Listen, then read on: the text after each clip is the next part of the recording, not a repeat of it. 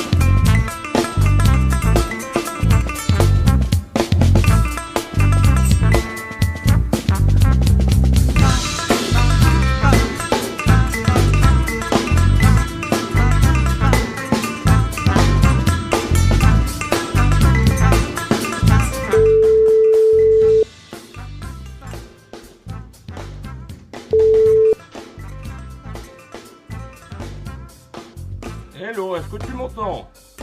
Je t'entends très bien. C'est impeccable. Alors, Bon, on va bientôt te voir.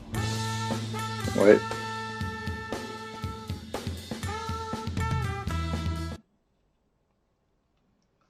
Voilà, normalement on te voit maintenant. Voilà, voilà, eh ben, c'est bon, on te voit. Alors, tout simplement, pour débuter, pourrais-tu présenter le titre que l'on vient d'écouter, Patience? Alors, ouais, c'est un titre par le groupe Océan sur nos impatiences, sur notre sentiment d'impuissance face à la vie, face à certaines situations. Alors, c'est une écriture qui est suggestive, mais voilà, c'est de la suggestion. C'est pas, on décrit pas précisément une scène ou une situation. C'est la manière d'écrire de notre chanteur Olivier, qui travaille plus par image que par description littérale. Alias Ali Ouijé aussi dans une autre formation. Je l'ai rencontré à Bourges l'an dernier pendant le printemps de Bourges où il était venu jouer. Oui, oui, oui. Il joue dans plusieurs formations, donc à l'IVJ, dans un groupe rock qui s'appelle 0 égale 1. Il est très actif. Hein. Tout à C'est un fait. intermittent du spectacle qui fait beaucoup de choses. Ouais, ouais. Ouais. Mais ouais, il est lui du côté de Saintes. Ouais. C'est ça. Donc nous, en fait, on se retrouve, on répète à Foura, donc entre Saintes et La Rochelle. C'est notre point d'attache, le point d'attache du groupe Océan. Donc ça tombe bien, on est au bord de la mer, pas de l'océan en D'accord. l'occurrence. Ah, et toi, est-ce que tu pourrais te présenter ton parcours? Oui, bien sûr. Alors, moi, je m'appelle Pedro Rodriguez. Ça fait longtemps que je fais de la musique parce que, comme tu vois, je suis un petit peu vieux. Donc, voilà, j'ai 56 ans bientôt. Euh, il y a toujours eu de la musique chez moi, chez mes parents. Et il y avait un piano. Donc, quand tu as un piano et que tu aimes expérimenter, ben, forcément, tu tapotes dessus. Et puis voilà, j'ai dû commencer la trompette à 10 ans à peu près. Et j'ai pris 4 ans de cours. Ça, je ne sais pas si j'ai considéré que ça suffisait, mais bon, voilà, je suis allé en école de musique pendant 4 ans. Et après, j'ai commencé à jouer dans une banda. Voilà, moi, je viens du sud-ouest, donc euh, j'étais à côté enfin, j'étais à Mont-de-Marsan, donc pendant une dizaine d'années, j'ai joué dans les fêtes de village. Dans une banda qui faisait du sud-américain. Donc c'était un petit peu original, puisque les bandas en général, elles jouaient un répertoire espagnolisant. Voilà, donc c'était une bande un petit peu particulière. Et puis après, je suis tombé dans la musique sud-américaine parce que je suis rentré dans l'école de samba de Bordeaux pendant quelques années. Et là, on a essayé de creuser pour aller chercher vraiment la samba à ses racines. Donc on est allé, moi je suis allé plusieurs fois à Rio pour voir comment ça se passait. Et puis voilà, j'ai déménagé à La Rochelle, j'ai monté pas une école de samba, mais on va dire une batucada, c'est-à-dire un ensemble de percussions à la mode de Rio. Je me suis occupé de ce groupe-là pendant 17 ans. C'est un groupe qui s'appelle Sourd Oreille, qui a continué après mon départ. Et puis après, comme j'avais fait pas mal de percussions, mais je suis passé côté percussion mandingue. Je suis rentré dans une association de La Rochelle qui s'appelle Mindy Arabi, qui, qui m'a formé un petit peu aux percussions africaines. Et là, j'ai rencontré des gens qui avaient envie d'utiliser cette influence mandingue, mais à la sauce rock, on va dire. Et donc, on a formé un groupe, c'était il y a 5 ans, qui s'appelait Mindiaka à l'époque, et qui mélangeait en fait du rock, du slam, de la musique mandingue, des percussions, et puis de la trompette. Et en fait, ce groupe-là, il y a eu un turnover, et puis il s'est transformé il y a quelques mois en le groupe Océan, avec des paroles en français, une influence africaine qu'on entend parce qu'il y a la présence du goni, donc la harpe africaine, pentatonique.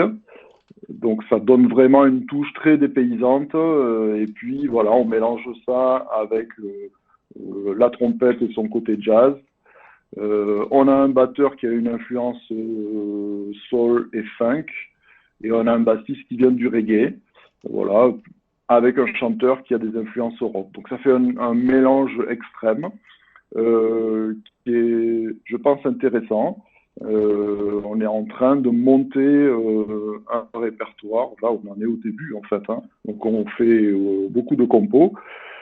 Euh, Ça prend du temps de créer un répertoire. Donc ça fait quelques mois qu'on est dessus. Que ça prend forme, qu'on commence à vraiment aimer la musique qu'on fait. Et ce qui est bizarre, c'est qu'en fait, c'est très compliqué de définir la musique qu'on fait. Donc on dit chanson afro-funk, c'est la meilleure définition qu'on ait trouvée, mais il faut écouter pour savoir ce que c'est, il faut en écouter parce que c'est peut-être un style qui n'existe pas, je ne sais pas. On a du mal à rentrer dans une case. D'accord. Quelles sont tes références, influences et sources d'inspiration? Alors, moi, j'ai écouté plein de choses différentes. J'ai eu une période très jazz quand j'étais ado. Donc, c'était Miles Davis, Dizzy Gillespie, Charlie Parker, donc du bebop, du free jazz, mais aussi des choses plus anciennes comme Ella Fitzgerald, euh, des voilà, le groupe Uzeb aussi, j'ai beaucoup écouté. Donc ça c'est le côté jazz. Après j'ai écouté beaucoup de rock mainstream comme Led Zepp, sur Bertrand, Police. J'étais un grand fan de Police. Et puis j'ai eu toute une période brésilienne aussi avec la bossa nova, avec la samba, le pagode, comme Zeca Pagodinho. Plus récemment Lénine qui fait du funk, c'est du funk brésilien. Et puis, en fil rouge, pendant toutes les années où j'ai écouté de la musique, j'ai beaucoup écouté Joe Jackson. Alors, c'est pas quelqu'un qui est extrêmement connu. Euh, il a fait, il a fait un tube dans les années 80 qui s'appelle Steppin' Out. Mais c'est un gars qui a un parcours très éclectique, un peu comme le mien, c'est-à-dire il a commencé en faisant du rock presque punk. Ensuite, il a fait un album jazz, il a fait un album latino, et puis des albums pop. Il a écrit de la musique classique, des musiques de films. Il a fait un disque de reprise de Duke Ellington. Donc voilà, c'est un parcours très, très hétéroclite comme ça, et ça me plaît bien de taper un petit peu dans tous les registres. C'est Hmm. plutôt intéressant parce que personne n'aime qu'une seule musique, enfin, j'espère. D'accord. Et quels sont tes projets pour les mois à venir et pour 2024, que ce soit au niveau d'Océan ou toi dans d'autres formations? Alors, au niveau d'Océan, on espère faire un maximum de concerts. Donc là, on est en période de recherche de concerts. C'est pas facile parce que, heureusement, il y a plein de groupes, il y a beaucoup de créations en France, donc on est un petit peu en concurrence, mais c'est plutôt sain. Euh, donc on cherche des scènes, on cherche des lieux pour jouer. Et puis, en fait, moi, je joue aussi dans deux autres formations. Je joue dans une formation qui s'appelle Composite People et qui fait de l'afrobeat. Donc, pour l'instant, on joue exclusivement du Fela Kuti. C'est un groupe où on est 14. Alors, autant te dire que c'est pas facile à vendre. Euh, Parce que les lieux qui ont la place pour accueillir un groupe de 14 personnes et qui ont les moyens pour le payer, il n'y en a pas beaucoup. Mais en même temps, nous, on ne cherche pas à faire plein de scènes. C'est avant tout des gens qui sont amoureux de la musique de Fela Kuti et qui aiment bien ce beat, qui aiment bien ce style-là. Donc on se retrouve autour de ça. Et c'est extrêmement plaisant. On se rend compte que c'est pas forcément facile à jouer. Mais c'est une musique qui nous donne beaucoup de joie et en même temps il y a un message dans la musique de Fela Kuti, c'est quand même une musique revendicative et politique. Et puis après, plus légèrement, je joue dans un groupe qui s'appelle A3F pour Ainsi Funk Funk. Voilà, donc un groupe de funk comme son nom l'indique. Donc on joue du Electro Deluxe, Bill Withers, Scary Pocket, Michael Jackson, Maceo Parker. Donc ça on fait aussi des compos. Le but c'est d'apporter de la joie aux gens parce qu'en fait finalement c'est un petit peu pour ça qu'on fait de la musique. C'est rencontrer des gens, avoir une complicité avec eux et avoir une complicité avec le public et puis voilà leur donner de la joie, les faire danser et puis recevoir la joie qu'ils ont aussi à danser sur notre musique. D'accord. Que penses-tu de la scène de musique actuelle? Ouh là là, ça c'est compliqué parce que en fait, je C'est suis pas vaste. quelqu'un qui sort énormément. C'est très vaste et en fait, je la connais peu finalement la scène actuelle euh, parce que je suis pas à l'affût de ce qui sort. Euh, je vois quand même. En parlant d'Afrobeat, je vois que l'Afrobeat fait un espèce de retour. Quand on surfe un petit peu sur le web, on voit qu'il y a quand même pas mal de groupes autour du monde qui se remettent à l'Afrobeat. C'est plutôt sympa. Et puis, en fait, le rock est toujours là, le funk est toujours là. Voilà, moi, je vais pas dans des musiques beaucoup plus récentes que ça. Mais ces racines-là suffisent à me nourrir. Ok. D'après ton parcours et ton expérience, aurais-tu un ou plusieurs conseils à donner à un jeune musicien ou à un jeune chanteur qui débute aujourd'hui? Eh ben, je lui conseillerais de ne pas faire comme moi, c'est-à-dire de travailler l'instrument quand il est jeune. Parce que moi, en fait, j'ai commencé vraiment à travailler mon instrument il y a 5 ans. Et d'un point de vue cognitif, à 50 ans, on n'est pas performant comme à 20 ans. Donc, c'est vrai que plus on va loin dans la technique quand on est jeune, plus le chemin est facile. Donc, faut pas hésiter à passer des heures sur l'instrument avec les bons conseils parce que on peut passer des heures à pas progresser. Donc voilà. Après, moi j'ai jamais cherché à être professionnel. Je me suis posé la question quand j'étais jeune et j'ai pas choisi de me professionnaliser. Et en fait, je le regrette pas parce que je me rends compte que la vie d'intermittent, c'est pas facile. C'est compliqué, il y a pas de sécurité, c'est toujours l'intermittent du spectacle, il travaille son instrument, il crée des spectacles, plusieurs en parallèle, il faut qu'il vende les spectacles, il faut qu'il fasse la com autour de ça. Mmh. C'est compliqué quand même, hein, c'est un sacré métier. Hein. Quand je vois des gens qui disent ouais, les intermittents ils se la boulent tous, mais non, mais allez les voir bosser, vous allez voir. C'est un métier qui est compliqué, qui Ouais, est exigeant. il y a certains groupes qui me disent que rien que le fait de chercher des dates et de communiquer sur les réseaux, d'entretenir les réseaux sociaux, ça leur laissait très très peu de temps à côté pour pouvoir jouer, répéter, tellement c'était chronophage. C'est ça, c'est ça. Moi, je trouve que c'est extrêmement compliqué. Et puis, c'est pas un métier où on va gagner des milliers de cents non plus, ça c'est sûr. Donc, ouais, c'est pas facile. Je connais des intermittents dont le rêve est de rentrer à la maison le soir pour regarder la télé avec leur femme. Parce qu'il y en a, ouais, ils bougent beaucoup et c'est fatigant. C'est quand même un métier ouais, qui est difficile physiquement. Hum. Ok. Quelle est selon toi la définition du mot artiste? Pour toi, un artiste, c'est quoi? Ce mot, il t'évoque quoi? Alors, pour moi, l'artiste, c'est celui qui va nous aider à voir les choses sous un angle nouveau.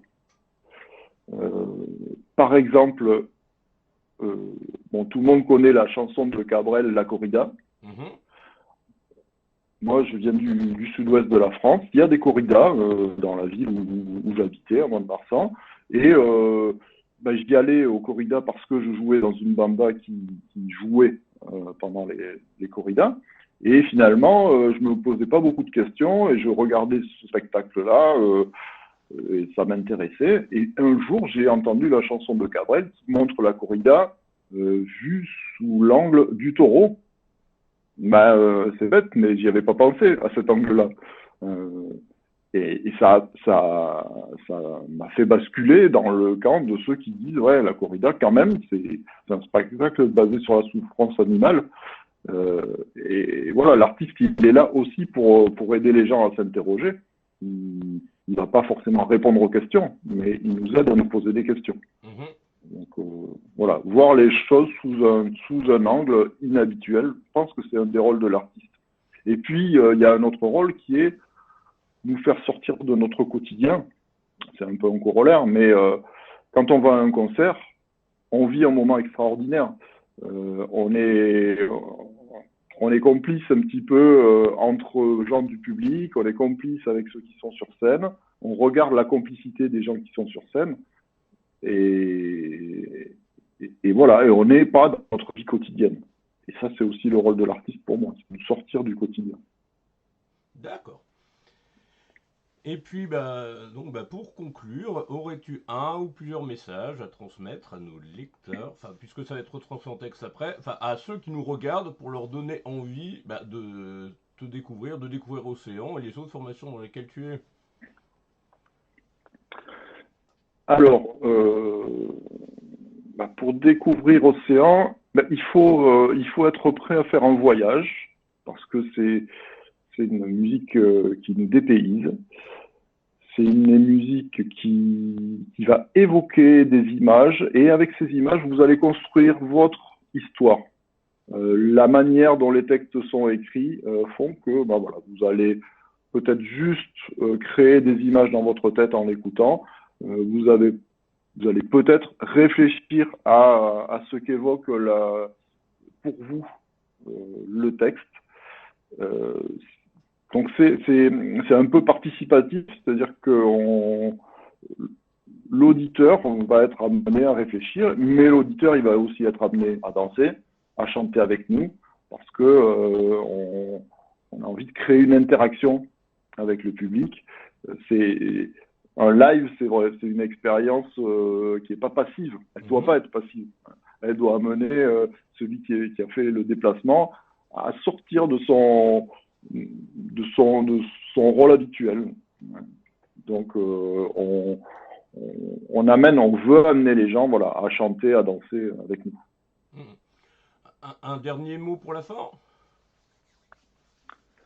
Eh ben, allez voir, allez voir des concerts parce que ça fait du bien. Ça fait du bien à ceux qui jouent, ça fait du bien à ceux qui sont là.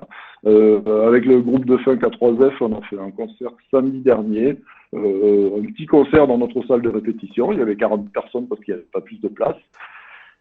C'était un moment joyeux, chaleureux, tout le monde avait la banane et ça fait du bien. Donc allez-y, profitez de ces moments-là parce que c'est précieux. Donc, faut y aller, faut aller voir les artistes. Ok, merci à toi et puis à bientôt. Et puis Merci James. bonne soirée, puis tout de suite on va accueillir Simon Eran, donc c'est de pop rock du côté de Honfleur. Merci beaucoup. Merci, au revoir.